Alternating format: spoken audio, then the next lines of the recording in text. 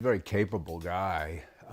He's created, he lives within this house. Right now we're doing this interview in part of the basement of the set.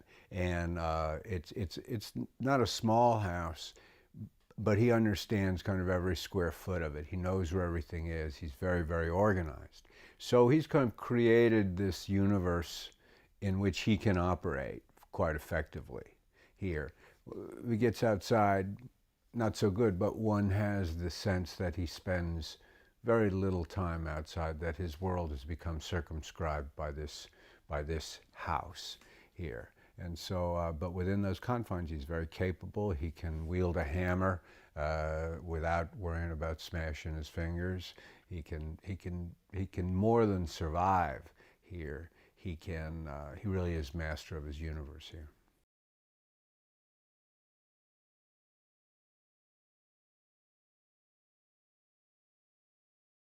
Just the sort of moral ambiguities of this whole story, because there's no question for a large segment of this film, he's victim. And he's a laudable guy. As I said, he's a vet. He's blind. He's disabled. He's lost his daughter.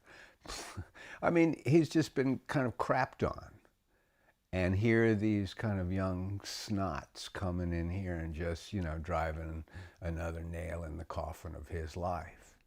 And you can't help but sympathize with him wanting to defend his territory. Uh, and then, and that's all totally legit.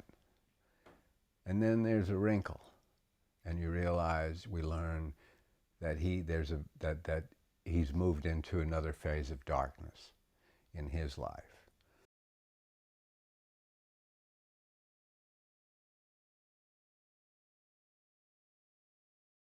The truth of the matter is, what I feel is like, well, if I don't love him, who will? If I don't love him, nobody will. And so my heart kind of goes out to characters like that, whatever like that means. But I've never read this character before. I've never seen this guy. And he struck me as this wonderful and really interesting combination of real strength and absolute vulnerability and weakness. And that's just it. There's a kind of a real cool tension, and it's a great challenge for the actor and for the director and for the actor and director together to kind of explore that tension of strength and weakness, of victim and perpetrator. And he is both of these things. He is both he's protagonist, he's antagonist. It's not clear cut, and that makes for really, really interesting.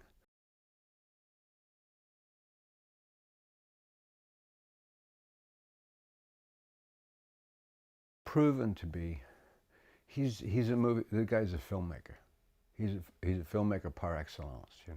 First of all, I was predisposed to like him because I thought the script was so smart, and he wrote it.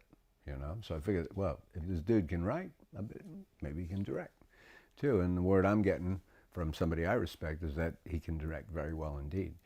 So working with him has been just terrific, because man, he knows what he wants, and he's relentless about getting it, and he's also extremely collaborative